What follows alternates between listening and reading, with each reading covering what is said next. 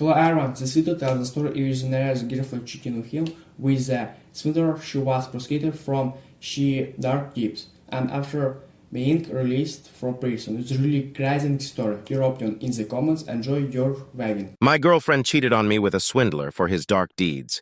She was brought to justice after getting out of prison she came to me with. I've been married to Emily for 8 years, and I thought I knew everything about her. Emily, with her infectious laughter and bright personality, was the kind of person everyone wanted to be around. She worked as a graphic designer for a local advertising agency, and her creative spirit always filled our home with vibrant energy. I, on the other hand, am more reserved. My name is David, and I work as a software developer. Our lives seemed perfectly synchronized until a series of unexpected events began to unravel the fabric of our marriage. It all started when Emily began working late more frequently. At first, I didn't think much of it. The advertising world is demanding, and I assumed she was just putting in extra hours to meet deadlines. But soon, her late nights became a regular occurrence. She assured me that it was just a busy period at work, and I believed her. Why wouldn't I? We had always trusted each other implicitly. One Friday evening, Emily came home unusually late. Her eyes were slightly bloodshot, and she smelled faintly of alcohol. I was surprised, but didn't question her. She explained that her team had gone out for drinks to celebrate the completion of a major project. I nodded, accepting her explanation without suspicion. After all, she had never given me a reason to doubt her. But then, small things started to bother me. She was always on her phone, smiling at messages she wouldn't share with me. Her laughter, once so open and free, now seemed secretive. One night, as she showered, her phone buzzed incessantly. I glanced at the screen and saw a name I didn't recognize, Alex. The message preview read, "Can't wait to see you again." My heart sank. Who was Alex? I tried to shake off the unease, telling myself it was probably a colleague or a friend I hadn't met. But the seed of doubt had been planted, and it grew rapidly, consuming my thoughts. The following weekend, Emily said she was going on a business trip. It wasn't unusual for her to travel for work, but something felt off. She was overly excited, almost giddy about the trip. I decided to check her emails for any clues. It was a violation of privacy, something I had never done before, but my instincts screamed that something was wrong. In her emails, I found a booking confirmation for a weekend at a luxury hotel in the city. The reservation was for 2 people. My heart pounded as I read the details. This was no business trip. Emily was planning a romantic getaway. But with whom? I felt a mix of anger, sadness, and betrayal. I needed to know the truth. So I decided to follow her. I called in sick at work and tailed her to the hotel. My hands shook as I watched her check in with a man I had never seen before. He was tall, with dark hair and a confident demeanor. They laughed and held hands as they walked to the elevator. I felt sick to my stomach. How could she do this to me? To us? I wanted to confront her, to demand answers, but I was paralyzed with shock. Instead, I went home and waited, my mind racing with possibilities. When she returned, she was all smiles, acting as if nothing had happened. I couldn't bring myself to confront her right then. I needed time to think. Over the next few days, I started gathering evidence. I installed a tracking app on her phone and monitored her messages. The more I uncovered, the more devastated I became. She had been seeing this man, Alex, for months. They exchanged intimate messages and photos, and they had met several times. Each new revelation was like a dagger to my heart. I couldn't keep this to myself any longer. I confided in my best friend, Mark. He was shocked and urged me to confront her. But how could I? I loved her, despite everything. I needed to understand why she did this. Was it something I had done, or was she just unhappy in our marriage? One evening, as we sat down for dinner, I finally found the courage to bring it up. I told her I knew about Alex. Her face went pale, and for a moment she was silent. Then tears welled up in her eyes, and she started to cry. She admitted everything. She said she had felt neglected and unappreciated, that Alex made her feel alive again. It was a cliché, but hearing it from her was excruciating. I asked her if she wanted to leave me for him. She shook her head and said she didn't know. She was confused and lost, and she didn't know what she wanted. We sat there in silence, the weight of her betrayal hanging heavily between us. In the following weeks, we tried to salvage our marriage. We went to counseling, but the trust was shattered. Every time she was late, every time she smiled at her phone, my mind would spiral into dark places. I became paranoid and bitter, and it took a toll on both of us. One day, as I was going through her messages again, I found something that broke me completely. She was still in contact with Alex. Despite everything, she hadn't cut him off. I felt like a fool for believing she could change, that we could move past this. I confronted her again, and this time there were no tears, no apologies. She was cold and distant, and I realized then that our marriage was over. She packed her things and left that night. As she walked out the door, I felt a strange mix of relief and sorrow. The next few months were a blur. I threw myself into work trying to escape the pain. Friends and family tried to support me, but I felt hollow inside. I missed her terribly, despite everything. I missed the life we had, the future we had planned. One evening I received a call from Mark. He sounded urgent and told me to come over. When I arrived, he handed me a newspaper. The headline read, "Local woman arrested in embezzlement scandal." I couldn't believe my eyes. It was Emily. She had been involved in a scheme at her company, siphoning funds into a personal account. Alex, it turned out, was her accomplice. They had been planning to run away together, but their plan had fallen apart when their boss discovered discrepancies in the accounts. I felt a strange sense of vindication. Her betrayal had extended far beyond our marriage. She had deceived everyone around her. As I read the article, I realized that I had been mourning someone who never truly existed. The Emily I loved was a facade, a mask worn by a woman who could lie and cheat without remorse. In the weeks that followed, I began to rebuild my life. I moved to a new apartment, far away from the memories of our life together. I focused on my work, on my friends, and on finding peace within myself. It wasn't easy, and there were days when the pain felt unbearable. But slowly, I began to heal. Emily, however, was not done with me. From prison, she started a campaign to turn my life upside down. She blamed me for everything: her arrest, her failed plans with Alex, and even her infidelity. She told her friends and family that I had driven her to desperation, that my neglect and emotional abuse had pushed her into Alex's arms and into committing embezzlement. The worst part was that some people believed her. I began receiving accusatory messages from mutual friends, and my social media was flooded with hateful comments. My reputation took a nosedive, and I felt isolated and misunderstood. In the midst of all this chaos, I met Sarah. Sarah was a bright, compassionate woman who worked in the same office building as I did. We had often exchanged pleasantries in the elevator, but I had never seen her beyond that.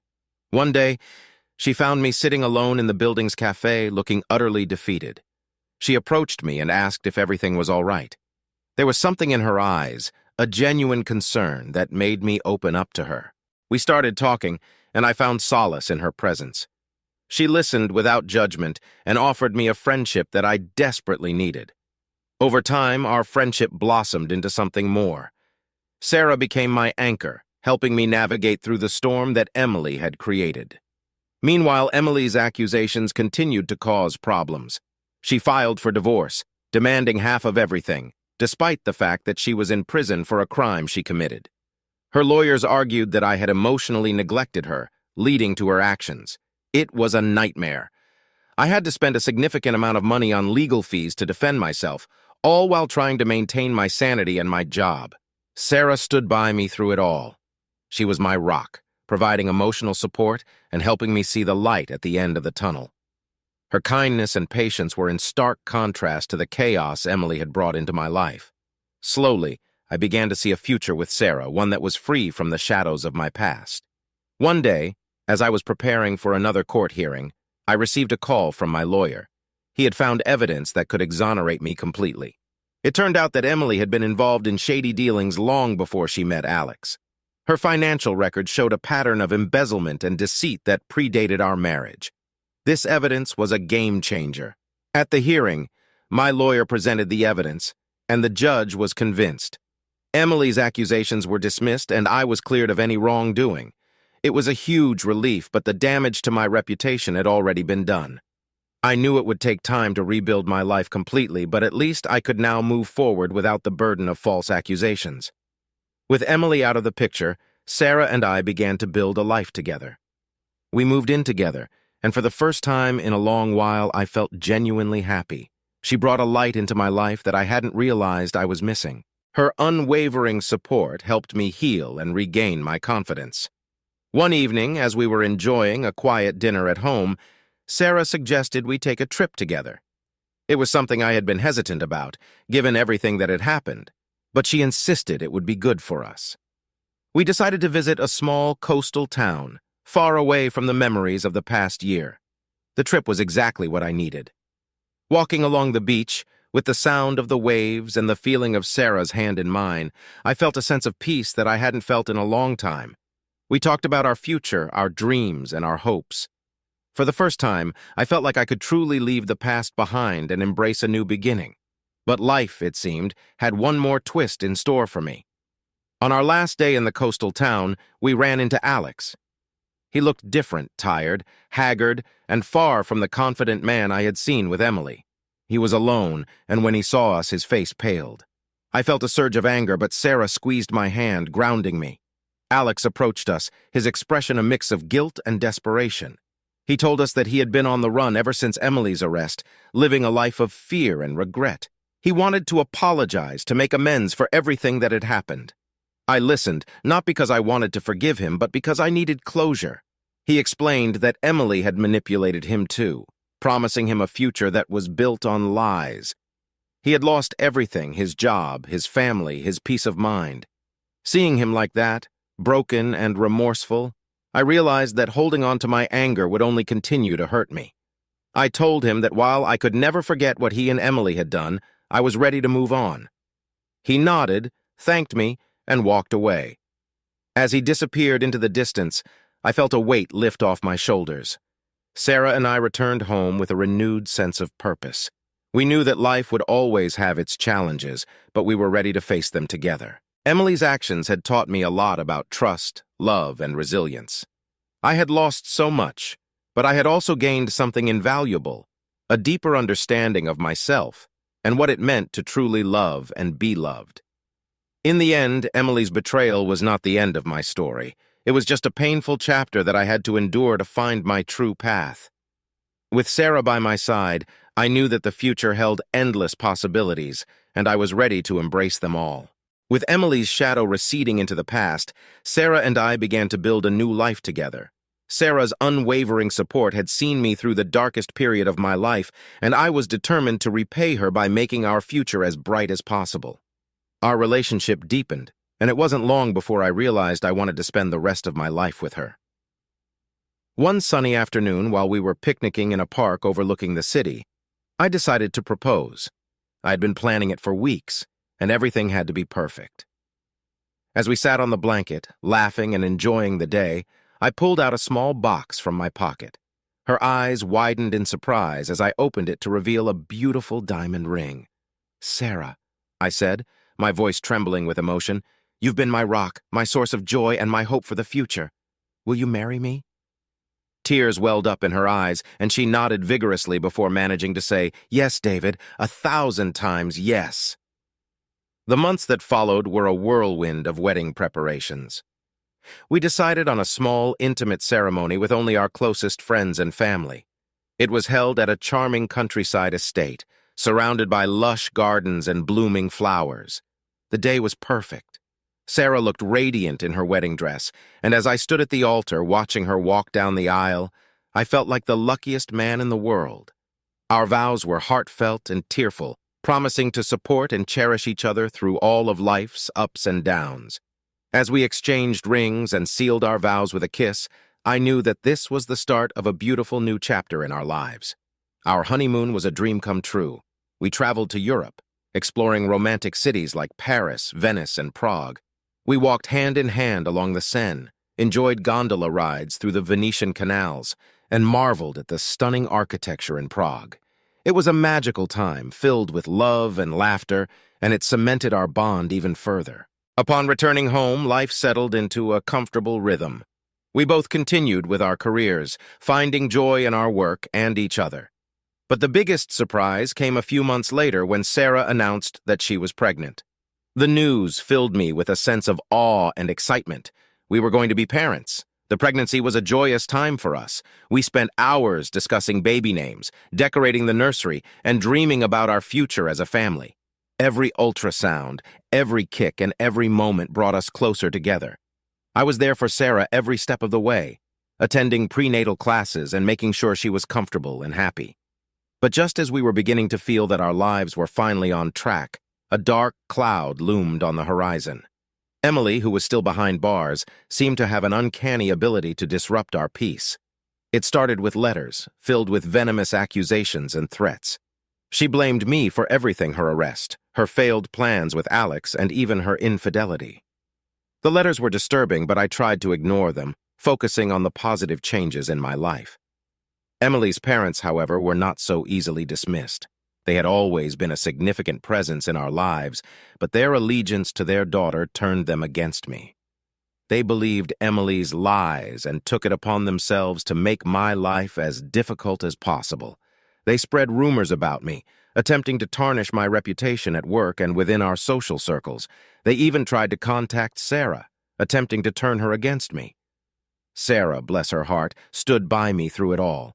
She knew the truth and refused to be swayed by their manipulations. But the stress began to take its toll, particularly as we were preparing for the arrival of our baby.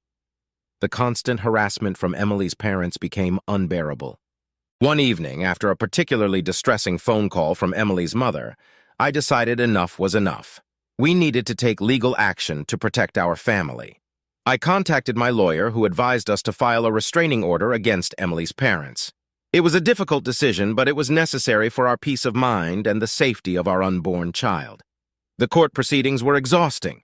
Emily's parents tried to paint me as the villain, but the evidence of their harassment was overwhelming.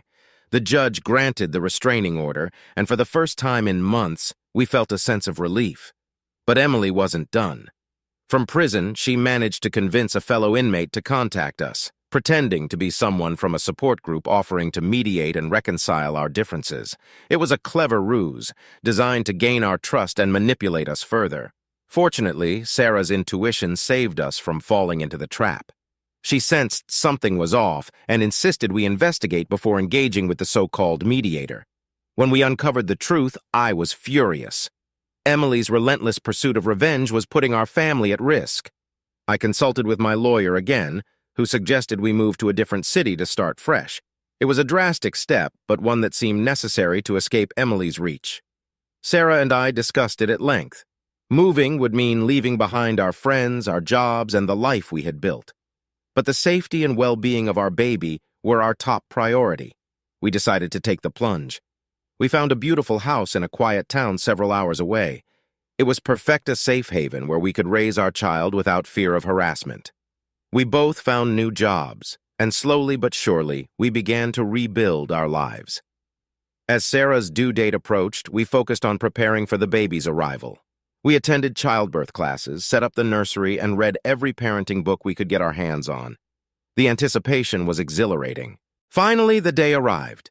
Sarah went into labor in the early hours of the morning. We rushed to the hospital, our hearts pounding with excitement and nervousness. The labor was long and arduous, but Sarah was incredible. Her strength and determination left me in awe. At 3:42 p.m., our son Ethan was born. Holding him in my arms for the first time, I felt an overwhelming surge of love and protectiveness. He was perfect, a tiny bundle of joy who had already brought so much happiness into our lives. The months that followed were a blur of sleepless nights, diaper changes, and endless feedings. But despite the exhaustion, Sarah and I were happier than ever. Ethan was a blessing, a symbol of our love and resilience. However, Emily's influence continued to cast a shadow over our happiness. Despite the restraining order and our move, she found ways to disrupt our lives. She managed to leak false stories to the media, portraying herself as a wronged woman and me as the villain. The tabloids ate it up, and soon our quiet town was buzzing with gossip. It was frustrating and disheartening, but Sarah and I remained united. We refused to let Emily's lies destroy our happiness. We focused on our family, on providing a loving and stable environment for Ethan. One day, as I was playing with Ethan in the park, I noticed a familiar face watching us from a distance. It was Emily's mother. My heart raced with anxiety. How had she found us? I immediately called Sarah and told her to stay home and lock the doors. Then I confronted Emily's mother. She was defiant, insisting that she had every right to see her grandson. I reminded her of the restraining order and threatened to call the police. She scoffed and walked away, but I knew this wasn't the end. That evening, Sarah and I decided it was time to take more drastic measures. We hired a private investigator to gather evidence against Emily and her parents. We needed to build a solid case to ensure they couldn't harass us any longer. The investigator uncovered a web of deceit and manipulation. Emily had been using her connections to orchestrate a campaign against us from prison. Her parents were complicit, providing her with information and resources. With this evidence, we went back to court. The judge was appalled by the extent of Emily's and her parents' actions. They were issued a stern warning, and Emily's privileges in prison were revoked. Her parents were fined and warned that any further contact would result in severe penalties. For the first time in years, we felt a sense of true freedom. Emily's influence was finally waning, and we could focus on our lives without fear of interference. Sarah and I renewed our vows in a small ceremony, reaffirming our commitment to each other and our family. Ethan grew quickly, filling our lives with laughter and joy. We watched his first steps, heard his first words, and celebrated every milestone with immense pride. Our love for each other and our son only grew stronger with each passing day. As the years went by, the memories of Emily's betrayal and harassment faded. We remained vigilant, but we refused to let fear control our lives. We created a beautiful, happy home for Ethan, filled with love and security. One day, as I was playing with Ethan in the backyard, Sarah came out with a worried expression on her face. She handed me her phone, which displayed a news article. Emily had been released from prison on good behavior. My heart sank. How could the justice system fail us like this? The next few weeks were tense. We fortified our home, installed security cameras, and made sure to always be vigilant. We didn't tell Ethan much, just enough to keep him aware of strangers. But despite our precautions, the unease lingered. Then, one fateful night, our worst fears came true. I was in the kitchen cleaning up after dinner when I heard a noise at the front door. Sarah was upstairs putting Ethan to bed. I walked to the door and peered through the peephole. My blood ran cold. Emily stood there looking disheveled and holding a gun. My heart pounded in my chest. I quickly locked the door and called out to Sarah, telling her to stay upstairs and call the police. "David, open the door," Emily demanded, her voice filled with desperation and anger. "We need to talk. Emily, put the gun down. We can talk through the door," I replied, trying to keep my voice calm. "I just want to see my son," she cried. "You took everything from me." The seconds felt like hours as I waited for the police to arrive. Emily continued to pound on the door, her threats growing more frantic. I could hear Ethan crying upstairs, and it broke my heart. Finally, the police arrived. They ordered Emily to drop the weapon and step away from the door. There was a tense standoff, but eventually she complied. The officers handcuffed her and led her away, her screams echoing through the night. In the days that followed, we took further legal action to ensure Emily would never come near us again. The courts imposed a lifetime restraining order, and she was sent back to prison for violating her parole. It was a terrifying experience, but we were grateful that no one was hurt. Sarah and I knew that we had to be strong for Ethan. We sought therapy to help us process the trauma and ensure that our son grew up in a safe and loving environment. We leaned on each other more than ever, finding strength in our unity and love. As the years passed, we continued to build a beautiful life together. We watched Ethan grow into a kind, intelligent, and resilient young man. We traveled, made new memories, and cherished every moment we had as a family. Despite the shadows of the past, we refused to let them define us. Our love for each other and our determination to protect our family guided us through the darkest times. We learned that true happiness comes from within, and that together we could overcome any obstacle. Looking back, I realized that the trials we faced had only made us stronger. Emily's actions, though painful, had led me to Sarah and the family I had always dreamed of. Our journey was fraught with challenges, but it also brought us incredible joy and fulfillment. And so, as I stood on the porch of our home, watching Ethan play in the yard and feeling Sarah's hand in mine, I knew that we had finally found our happily ever after. Hello, is really crazy story. What is it? Write comment, put like and subscribe to channel, Instagram and Discord. Good luck!